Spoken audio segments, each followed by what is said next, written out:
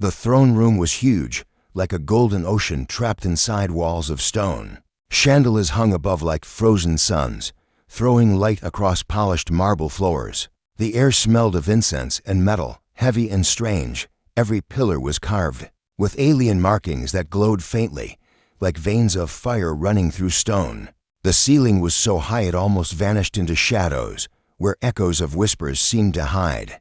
But in this grand room, there was no sound now, no music, no voices, no laughter. The hall was silent. At the very center, on a raised platform of black stone, stood the alien queen.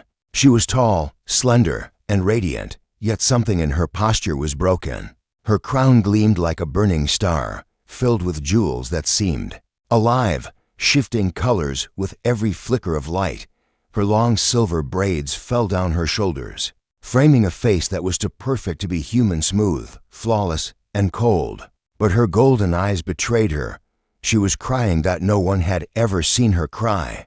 Not her generals, not her court, not her people. To them, she was unshakable, a goddess wrapped in armor. And yet, on this day, a tear slid down her pale cheek and landed on the shattered plates of her battle armor. The armor itself was legendary, forged in fire before even the oldest of her nobles were born. It was said to be alive with ancient energy. No blade could cut it. No fire could burn it. It had carried her through wars that destroyed entire worlds. And now, before the watching eyes of her empire, it lay broken across her chest.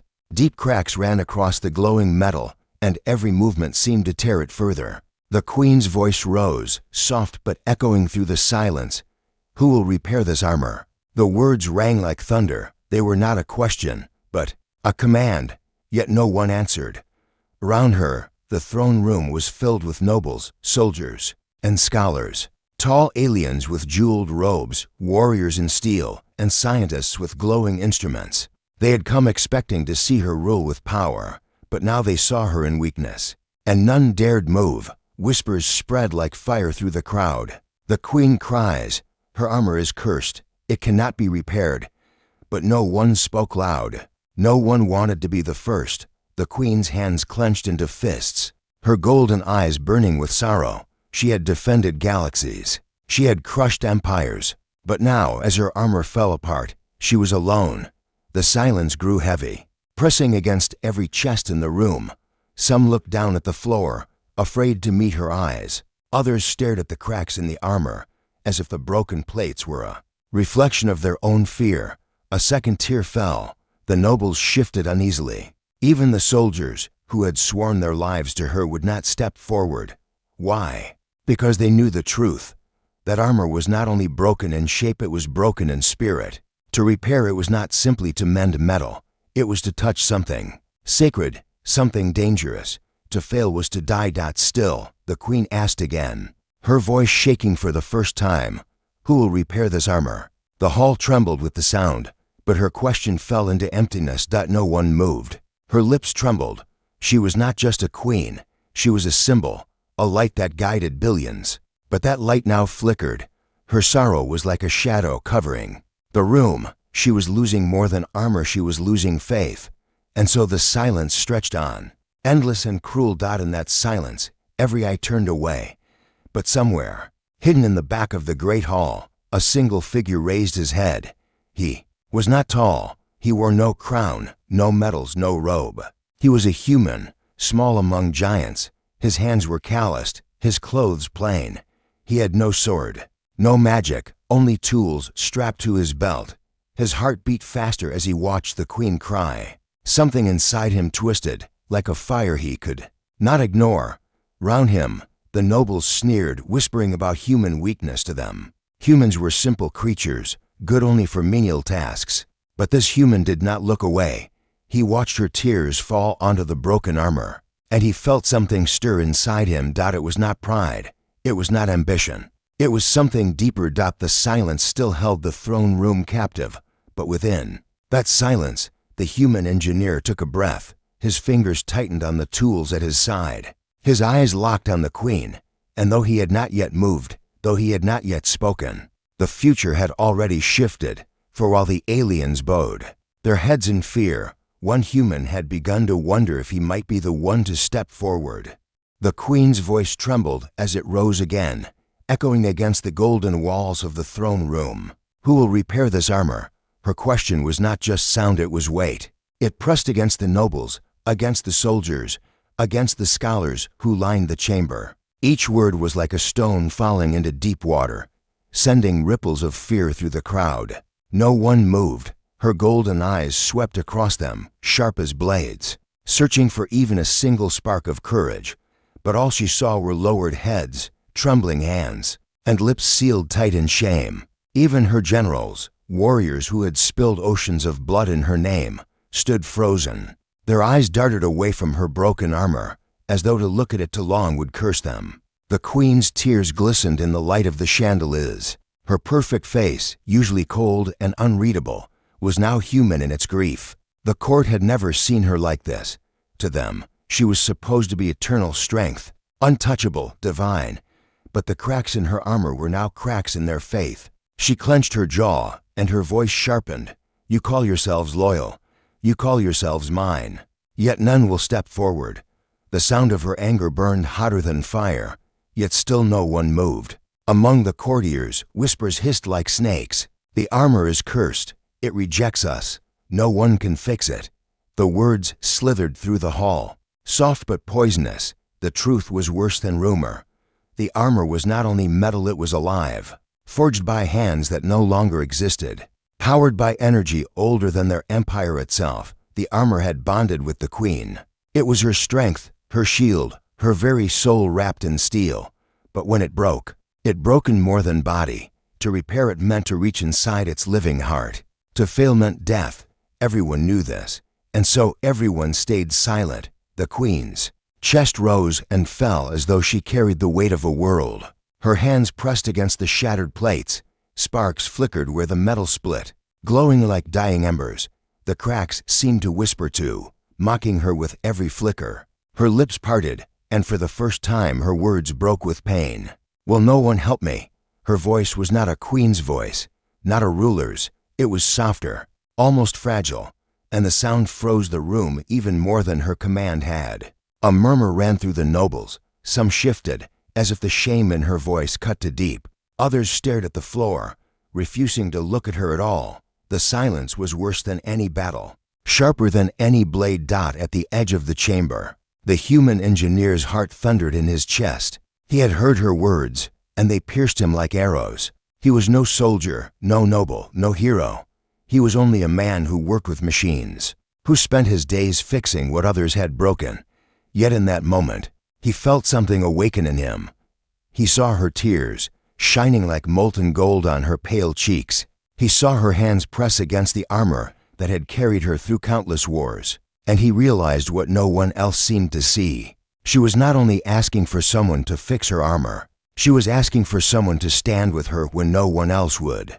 The human's fingers curled around the strap of his tool bag. It felt heavier than it ever had before. His throat was dry, his body trembling. But his eyes did not look away. Around him, alien voices muttered, "The queen will die without it. It cannot be done. Not even she can save it now." But the human thought of something else. He thought of the ships he had repaired, broken vessels left to rot that flew again under his hands. He thought of engines that had burned, silent as tombs, until he coaxed them back to life. Machines spoke to him in a language others could not hear. And when he looked at the queen's broken armor, he felt the same whisper, a whisper of possibility. The queen lowered her head. For the briefest moment, she looked defeated. The crowds, silence had turned her into something she had never been alone. The fire in her eyes dimmed, and another tear slid down her cheek. That single tear was too much. The human's body moved before his mind could stop it. His boots echoed against the marble floor. Sharp and loud in the suffocating silence, the sound cut through the whispers. The nobles turned in shock. Soldiers narrowed their eyes. Scholars leaned forward in disbelief. A human was walking toward the throne. The queen's head lifted slowly. Her golden eyes locked onto him, narrowing with confusion and something more curiosity. The hall exploded in whispers. What is he doing? He will die. A human cannot touch the armor. But the human kept moving. each step louder than the last. His heart pounded so hard he thought it might break through his chest, but his gaze did not falter. When he finally reached the foot of the throne, he looked up at her. The hall fell silent again, holding its breath, and the queen, her armor cracked, her tears still wet, stared down at him as though she had never seen his kind before. He bowed, his head slightly, his voice steady though his hands trembled. "I will try." The words left his mouth like sparks, small but impossible to ignore. "I will try." The throne room froze. For a moment, it was as if time itself had stopped. Then the whispers came, hissing and angry. Shock rippled through the nobles like a wave crashing against rocks. Soldiers exchanged sharp glances, their hands twitching toward their weapons. Scholars shook their heads in disbelief. A human had spoken. A human dared. The queen's golden eyes widened slightly. Her tears still shone on her cheeks. But now something else burned behind her gaze, something sharper, dangerous. She leaned forward, her crown catching the light like fire. "You?" she said, her voice quiet but edged with steel. The human lifted his head. His heart beat so loudly he thought everyone could hear it. But he forced his voice to stay firm. "Yes, I can try." Gasps filled the air. Laughter followed, cruel and mocking. The nobles shook their heads, some sneering openly, their jeweled robes swaying as they leaned toward each other. A human. Impossible. He will break it further. He will disgrace her. But the human did not look at them. He kept his eyes on the queen. She studied him, her face unreadable, her golden eyes glowing like suns in the dim hall. Then she stood taller, her cracked armor groaning as it shifted. Her voice, when it came, was loud enough to silence the laughter. "You believe you can touch what my greatest engineers could not?" Her words struck like lightning. The human felt his knees weaken, but he held his ground. He thought of the countless broken machines he had repaired, of the silent engines he had coaxed back to life. He swallowed hard. "I do not know if I can, but I will try." The hall erupted again. This time the whispers were sharper, filled with anger and scorn. Some called for him to be removed. Others demanded his punishment for daring to insult the queen. Soldiers shifted uneasily, waiting for her command. But the queen raised a single hand. Silence fell once more. Her eyes narrowed as she stepped closer, the cracks in her armor glowing. Faintly, she towered above him, her presence so powerful it felt like the air itself was pressing down on his chest. For a moment, he thought she would strike him down where he stood. But then she asked, her voice quieter now, almost testing, "Why? Why would you risk this?" The human hesitated. He could feel the weight of every eye on him. He searched for words, but only one truth came. "Because no one else will." The queen blinked. For the first time since her tears had fallen, something flickered across her face. Surprise. She looked down at him, the small creature from Earth, plain and fragile compared to the giants of her court. And yet, his words carried something. Her empire had lost, her lips parted, but no words came. She simply stared at him, caught between disbelief and curiosity. Finally, she turned to the crowd, her voice strong again. "Step aside." The soldiers shifted nervously. The nobles gasped in outrage, but none dared disobey. The path to the queen opened, and the human found himself standing closer than he had ever imagined possible. His breath caught. As he looked at the broken armor up close, the cracks pulsed faintly, as though alive. Strange symbols glowed dimly beneath the surface, whispering in a language no one could understand. It was beautiful and terrifying all at once, like holding lightning in his hands. The queen lowered her gaze to him once more. "If you fail," she said coldly, "it will kill you." The human met her eyes. His body trembled, but his voice did not. "Then I will fail trying." Something in her expression softened. For the briefest second, her sorrow lifted, replaced by a strange light. She gave the smallest nod, then stepped back, granting him space. The human knelt before her, his fingers brushing the cold surface of the armor. At once, the air around him shifted. A low hum rose from the metal, as though it recognized his touch. The crowd gasped, some cried out in fear, but he kept his hands steady. His tools clinked softly as he unfastened them from his belt. The hum grew louder, vibrating through the floor, through his bones. He felt it, an ancient pulse, like a heart beating within the armor. The queen watched in silence, her golden eyes fixed on him. Her people waited, their breath held, their disbelief battling against the sight before them. The human inhaled slowly, steadying himself. Then he whispered, not to the crowd, not even to the queen, but to the armor itself. "Let's see if you will listen to me." The whispers in the hall grew again, frantic and sharp. But the queen said nothing. She only watched, her tears drying on her cheeks, her sorrow slowly giving way to something she had not felt in a long time, hope. And as the human pressed his tools against the cracked metal, the first sparks lit the air. The sparks danced across the cracked plates, small flashes of light that made the air tremble. The human's hands were steady, but inside his chest his heart raced like a drum of war. Every noble, every soldier, every scholar stared at him as if they were waiting for him to fail. He could feel the weight of their eyes pressing down on him, heavier than stone. The queen stood above him, her figure tall and proud despite the damage to her armor. She did not speak at first, only watched with golden eyes that glowed faintly. In the dim light, the silence was sharp, broken only by the faint hum of the armor reacting to his touch. Finally, her voice cut through the stillness. "Do you understand what you risk?" Her words struck him like a blade. He looked up, meeting her gaze. "I do." Her lips tightened. "If you fail, the armor will kill you. It has swallowed greater beings than you." The human's voice was quiet, but strong. "Then I will give it all I have. If I die, at least it will be trying to help you." Gasps swept through the hall. Nobles sneered, soldiers shifted, and scholars shook their heads as if they had heard madness. A fragile human, daring to stand before the queen and speak such words, yet he did not flinch. His eyes stayed locked on hers, and for the briefest moment, she looked almost unsettled. She stepped closer, the cracks in her armor glowing brighter as though responding to his defiance. The light danced across her face, illuminating the sorrow still clinging to her expression. Her voice lowered, softer now, though no less sharp. "You are not of my people. Why should I trust you?" The human swallowed, then answered, "Because no one else has moved, because they fear you will fall. I do not." The hall fell into silence again. The nobles looked down, ashamed yet angry. The queen tilted her head, her golden braids catching the light. For a moment, she seemed to weigh him, to judge the truth of his words. Then, slowly, she stepped back, granting him space to continue. The armor pulsed faintly beneath his hands, as if alive. Strange glowing lines spread from the cracks like veins of fire. Twitching under his touch, he adjusted his tools, the sound of metal against metal ringing in the hall. The crowd leaned forward, drawn in despite themselves. The hum grew louder.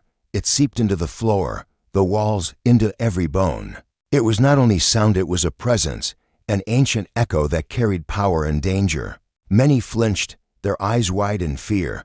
The human's brow furrowed as sweat formed on his forehead. He felt resistance, as if the armor itself was pushing him away. His tools vibrated, slipping against the glowing cracks. The force nearly threw him back, but he gritted his teeth and held firm.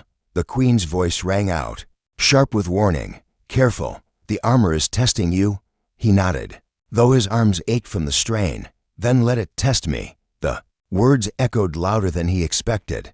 They filled the chamber, silencing the mutters of the nobles. For a moment, only the hum of the armor remained. The queen's eyes softened slightly as she watched him fight against the unseen force. No other had dared touch it. No other had resisted its will. Yet this human, fragile and small, stood against it with nothing but stubbornness. The nobles grew restless. Some whispered angrily, calling for him to stop before he killed himself, and dishonored the queen. Others leaned closer, curiosity sparking in their eyes. Was it possible that a human could succeed where they had failed? The human adjusted his grip again. His fingers burned with heat from the pulsing cracks, but he pushed on. He remembered the broken machines he had fixed, the silence of engines that had once seemed hopeless. He remembered how he had coaxed them back to life, not with force, but with patience. And so he whispered softly, as if the armor could hear him, "I am not your enemy. I am here to mend you." The glow shifted, the pulsing cracks slowed. The vibrations easing for a brief second, the crowd gasped again. Even the queen blinked, her expression unreadable. Something in the armor had listened. But just as quickly, the resistance returned, stronger this time, surging like a storm. The human staggered, but caught himself, his jaw clenched. He would not give up. He pressed his tools harder against the glowing lines, sparks bursting into the air. The queen stepped forward, her golden eyes never leaving him. If you cannot endure, it will consume you. His reply was steady, though his arms shook. Then I will endure. The air thickened, alive with tension. Sparks lit the throne room, dancing like fireflies. The nobles leaned forward, torn between hope and fear. Soldiers gripped their weapons, unsure whether to intervene. And the queen, standing tall above them all, watched the human with a strange mix of sorrow and wonder. The repair had only just begun, but already it was more than a task of metal. It was a battle of wills between a fragile human and the living armor of a queen. And with every spark, with every hum of ancient power, the fate of more than just the armor seemed to hang in the balance. The glow of the broken armor filled the throne room like fire trapped in glass. Every crack pulsed with light, flickering in rhythm like a heartbeat. The human's hands trembled as he held his tools. Against the glowing surface, sweat slid down his face, but his eyes did not look away. The armor resisted him, pushing back with invisible force, but still he worked. The nobles leaned forward, their jeweled robes brushing against the polished floor. Some whispered with disbelief, others with anger. They wanted him to fail. They wanted the queen to see that trusting a human was a mistake. Soldiers tightened their grips on their weapons, ready to pull him away at the first sign of collapse. Scholars scribbled on glowing tablets, recording every movement, every spark. But above them all, the queen watched in silence. Her golden eyes burned like twin suns, fixed on the human kneeling at her feet. Her tears had dried, but the sorrow in her face remained, softened now by something else, curiosity, perhaps even a fragile hope. The human pressed harder, his tools dug into the cracks, searching for the hidden patterns that lay beneath the surface. Sparks jumped like wild insects, stinging his skin, but he did not stop. He remembered the ships he had fixed, the machines that had seemed beyond repair. He remembered how they had spoken to him in whispers of metal and flame. This armor was louder, angrier, more alive, but it was still something broken and broken. Things could be fixed. The hum rose, deep and powerful, vibrating through the hall. The ground shook beneath their feet, and the nobles gasped in fear. The glowing cracks spread wider, as though the armor itself was fighting him. A shockwave burst outward, knocking a circle of courtiers back. Still, he stayed on his knees, his tools steady in his hands. The queen stepped forward, her voice sharp. "It is rejecting you." He shook his head, gritting his teeth. "No, it is testing me." Her eyes narrowed, but she did not stop him. She wanted to see. The light grew brighter, blinding to the crowd. The nobles shielded their eyes, some turning away, but the queen and the human did not flinch through the glare. He saw the hidden lines beneath the metal, the living veins of the armor. They twisted and pulsed like rivers of fire, waiting to devour him if he faltered. He whispered softly, his voice almost lost in the hum, "I am not here to take. I am here to mend." The glow flickered. For a heartbeat, the resistance lessened, as though the armor itself paused to listen. The queen's breath caught. The nobles froze in silence. Then the hum roared again, louder than before, shaking the throne room. The human gasped, his hands burning as heat poured from the armor. His skin blistered, but he kept going. He guided his tools carefully, tracing the cracks, sealing them inch by inch. Each spark was like fire under his nails, but he refused to let go. The queen's golden eyes softened as she saw him fight. Her generals had refused. Her engineers had failed. Yet this fragile creature pressed on with nothing but stubbornness. His body shook, his face pale, but still he endured. The crowd grew restless. Some nobles shouted angrily, demanding he stop before he destroyed the armor completely. Others whispered with awe, realizing what they were witnessing. A soldier muttered, "No one has lasted this long." The queen silenced them with a single glance. Her gaze returned to the human, and her lips parted just slightly. She did not speak, but her eyes told a story. Do not fail me. The hum of the armor shifted. It no longer sounded like anger. It was still fierce, still alive, but there was something new, a rhythm that matched his hands, as though it had begun to move with him instead of against him. He felt it too. The resistance faded in parts, replaced by a strange warmth. The cracks glowed brighter, then dimmed, then brightened again, pulsing in sync with his steady movements. The nobles leaned forward once more. Soldiers stepped back in disbelief. Even the scholars stopped writing, their glowing tablets forgotten in their hands. The armor was responding. The human's arms ached. His fingers burned, but he smiled through the pain. Each movement felt lighter now, each spark less violent. The living metal accepted his touch, just as the engines of broken ships had accepted him long ago. And then, for the first time, the armor gave something back. A low, steady glow spread from the cracks, filling the throne room with a soft light. It was no longer wild, no longer dangerous. It was calm, alive, listening. The queen's lips parted in shock. Her hand lifted unconsciously, reaching toward the glow. The sorrow on her face began to melt away, replaced by awe. The human whispered. Again, his voice calm despite the fire in his skin. There you are. I knew you would listen. The nobles were silent now, their arrogance stripped away. Soldiers lowered their weapons, their eyes wide with disbelief. The scholars stared as though they were seeing a miracle. The queen stepped closer. Her golden eyes locked on him. Her voice was softer than before, touched with wonder. It accepts you. The human did not look up. His focus was on the cracks, on the glow that now moved in harmony with his touch. His voice was quiet, but firm. Then I will not stop until it is whole again. And as he continued, the throne room seemed to change. The silence was no longer heavy with fear. It was alive, with possibility, for the first time in ages. The alien queen felt something more powerful than sorrow. She felt hope. The glow spread slowly across the queen's body, running along the cracks like rivers of fire closing themselves. Every line sealed with a sound like metal breathing, alive, grateful. The throne room was silent. No one dared speak. Even the nobles, who had mocked only moments before, leaned forward with wide eyes. The human's hands moved carefully, steady as if guided by something greater than himself. His tools clicked softly, shaping light back into form. The queen stood tall, her gaze locked on him. She felt the warmth of the armor against her skin, a pulse she had not felt since it first bound itself to her. The broken weight that had made her body ache for days now lifted piece by piece.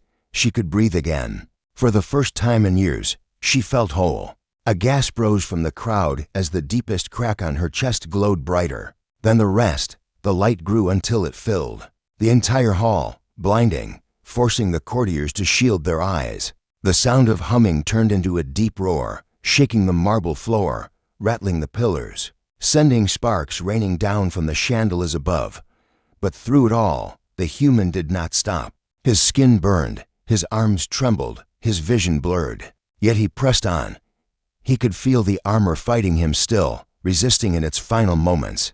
But he had gone too far to turn back. He gritted his teeth and forced the last piece into place. The glow burst outward like an explosion of stars. Light poured from the queen, wrapping her in a halo of fire and gold. The nobles cried out, stumbling back, their voices trembling with awe and fear. Soldiers dropped to their knees without even realizing it, their weapons clattering to the ground. Scholars clutched their tablets, their hands shaking so violently they could barely hold them. And then, silence. The light dimmed, the hum faded. What remained was the sound of breathing the humans, ragged and heavy. He lifted his head slowly, his hands falling to his sides. The armor shone with a brilliance that had not been seen in generations. Every crack was gone. Every line flowed smoothly, alive with power. It looked not repaired but reborn. The queen lowered her gaze to him. Her golden eyes glistened again, not with sorrow, but with something far different, awe, gratitude, and something softer, something she had not allowed herself to feel in centuries. She spoke, but her voice broke on the first word. You did it. The nobles gasped again. Some whispered in disbelief, others shouted in outrage. How could it be that a human, a creature they considered lesser, had succeeded where their greatest minds had failed? The throne room buzzed with chaos, their voices crashing into each other like waves. The queen silenced them with a single raised hand. Instantly, the room fell quiet. She looked down at the human, who now struggled to steady himself on trembling legs. His face was pale, his body weak, but his eyes still burned with the same fire he had carried from the start. "You risked death," she said softly, so softly only those closest could hear. "Yet you endured." The human nodded faintly. His voice was barely above a whisper. "I told you I would try." Her lips trembled, and for the first time before her people, the alien queen smiled. It was not a smile of pride or power, but something warmer, something human. The sight alone sent another wave of shock through the crowd. The nobles bowed their heads, some in shame, others in fear. Soldiers bent lower, their loyalty shaken but stronger now than ever. The scholars wrote in frantic silence, desperate to record every moment, every word. The queen took a single step closer. The sound of her armor moving was no longer the groan of something broken, but the smooth, resonant echo of perfection. The golden glow reflected off her crown, her braids, her flawless face. She reached out, her hand hovering for a moment before, resting gently on the human's shoulder. Her touch was light, but it made him tremble more than any weight of armor. He looked up, meeting her eyes, and in that moment, it was not a queen and a subject, not a ruler and an outsider. It was simply two beings bound by something greater trust. Round them, the court dared not breathe. The sight of their queen, their untouchable goddess of war, lowering herself to touch a human was beyond belief. But she did not care. Her voice rang clear, strong once again. "This human has done what none of you could. Remember this. A human repaired the armor of your queen." The words struck like thunder. They echoed against the golden walls, burned into the hearts of all who heard them. The nobles shrank, ashamed. Soldiers bowed deeper. The scholars' hands shook as they wrote the words down, knowing history had changed in that single moment. The human lowered his head, too exhausted to respond, but the queen did not release him. Her grip on his shoulder tightened, steadying him as though she would not let him fall. The silence stretched long, heavy with meaning, and then, slowly, the queen lifted her head, her golden eyes sweeping across her people. Her tears were gone. Her sorrow was gone. What remained was strength, but not the cold strength they had always known. This was different, warmer. For the first time in her reign, the alien queen had been saved not by her armies, not by her empire, but by a single human who dared to step forward when no one else would. The throne room still trembled from the echo of her words. No one moved, no one dared to speak. The nobles who once mocked now stood frozen, their jeweled robes heavy on their bowed shoulders. Soldiers remained kneeling, their armor clinking. Softly in the silence, scholars no longer wrote, their glowing tablets held close, as if they feared a single sound might disturb what had just taken place. At the center of it all stood the queen, her golden crown shining under the light of the chandeliers, her armor reborn and gleaming with power. Beside her, the human swayed on his feet, drained, his skin burned and his hands raw. Yet his eyes held the same fire that had carried him this far. The queen looked down at him, her golden eyes softer than they had ever been. Her voice, when she spoke, was strong yet gentle. "You came forward when no one else dared. You touched what no one else could. You have restored not only my armor, but my spirit." The words struck through the hall like lightning. The nobles whispered in disbelief, but none dared interrupt. The soldiers exchanged uneasy glances, knowing their queen had spoken a truth that could not be challenged. The human lowered his gaze, his voice rough but steady. "I only did what had to be done." Her lips curved faintly, a ghost of a smile that carried both pride and sorrow. "That is why it matters." The silence that followed was thick with tension. Some nobles shifted uneasily, their pride wounded. They had believed themselves greater than any human, yet here stood one who had done the impossible. Others bowed lower, their voices hushed with awe. The queen let them whisper, let them squirm, for her focus was on him, the fragile outsider, who had stepped forward when all others had hidden in fear. She raised her hand once more, her voice ringing clear. Let all who stand here remember this day. A human repaired the armor of your queen when none of you would even try. Humanity is not weak. Humanity is not small. Humanity is something greater. The words thundered through the hall. Some bowed. In shame, others in respect. The soldiers struck their fists to their chests, their loyalty renewed. The scholars recorded every syllable, knowing they were witnessing history. The human shook his head, his voice low. I am no hero. I am just an engineer. Her eyes softened further, and she leaned closer. Sometimes. That is what makes a hero. The hall gasped at her words. The queen, the untouchable ruler, speaking such things of a human, it was unthinkable. And yet, she said it without hesitation. Her golden eyes never left his, her hands still resting firmly on his shoulder. Slowly, she turned back to her court. Her voice was like steel wrapped in fire. Remember his courage. Remember his hands. Remember his name. For today, he has stepped forward when all of you stepped back. And I will not forget.